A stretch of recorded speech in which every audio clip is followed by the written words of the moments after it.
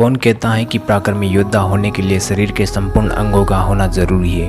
यदि खून की रवानगी में ही बहादुरी बजी हो तो हर कोई अपने पराक्रम के बल पर किसी को भी मात दे सकता है। जी हाँ, हम बात कर रहे हैं भारत के महान सूरवीर, महान सेनानायक राणा संग्राम सिंह, जिन्हें हम राणा सांगा के नाम से भी जानते हैं। उन्होंने युद्ध में अपने एक हाथ, एक आँख, एक पैर और शरीर पर 80 घाव होने के बाद भी कभी हार न मानी। इस वीडियो में हम बात करेंगे खानवा युद्ध की। खानवा युद्ध राणा सांगा व बाबर के बीच वर्चस्व की जंग थी। खानवा की लड़ाई का इतिहास काफ़ी गौरवशाली रहा है। माना जाता है कि इस युद्ध के बाद से ही भारत में मुगल युग की शुरुआत हुई। आइए फैक्ट ऑफ राजस्थान के माध्यम से जानते हैं भारतीय इतिहास के सबसे भयानक युद्धों में से एक खानवा युद्ध की कहानी। बात है 17 मार्च 1527 गंभीर नदी तट रूपवास तहसील खानवा के मैदान की। राणा सांगा व बाबर की सेना आमने सामने थी।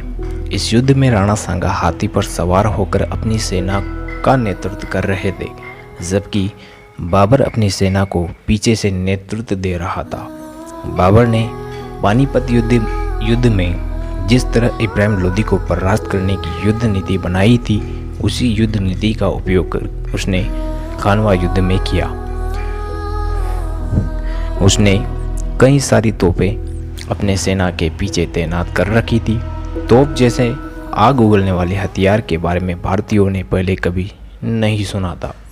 देखते ही देखते दोनों सेनाओं की घुड़सवारों में भीषण टकराव हुआ। राणा सांगा की सेना ने कुछ ही समय में बाबर के हर मोर्चे को चारों तरफ से घेर लिया। जल्द ही राणा सांगा ने युद्ध का रुख अपने पक्ष में कर लिया। उनकी जीत मानो तय हो चुकी थी। अब राणा सांगा की सेना बाबर तक पहुंचने लगी। तभी बाबर ने अपने तोपची अली और मुस्तफ़ा के नेतृत्व में तोप का मुंह खोल दिया, जिससे राणा सांगा की सेना के हजारों सिपाही एक साथ ढेर होने लगे। तभी राणा सांगा गुस्से में लबरेज होकर युद्ध के मैदान के बीच जा पहुंचे, जहां बाबर ने अपनी सेना को तुलगमा युद्ध पद्धति अपनाने का आदेश दिया, जिसके तहत राणा की सेना के पीछे से हमला करना शुरू कर दिया गया। इस हमले में राणा सांगा को निशाना बनाकर लगातार तीर मारे जाने लगे, जिससे उनको एक तीर लगा और वो हाथी से नीचे गिर पड़े और इस तरह युद्ध का पासा पलट गया।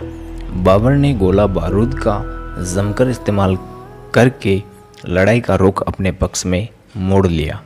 यह जीत बाबर के लिए बहुत अहम थी, क्योंकि उसने उत्तर भारत के एक वीर योद्धा को हराया था। खानवा का युद्ध ही था जिसको जीतने के बाद बाबर को गाजी की उपाधि मिली। इस ऐतिहासिक युद्ध का बखान आज भी वह खानवा गांव करता है, जहां पर आज भी यह पंक्ति दोहराई जाती है कि 80 घावों के शरीर का इतिहास पृष्ठ में खोलता हूँ, मैं खानवा गांव बोलता हूँ। जी हाँ, मैं खानवा गांव बोलता हूँ। Thank you.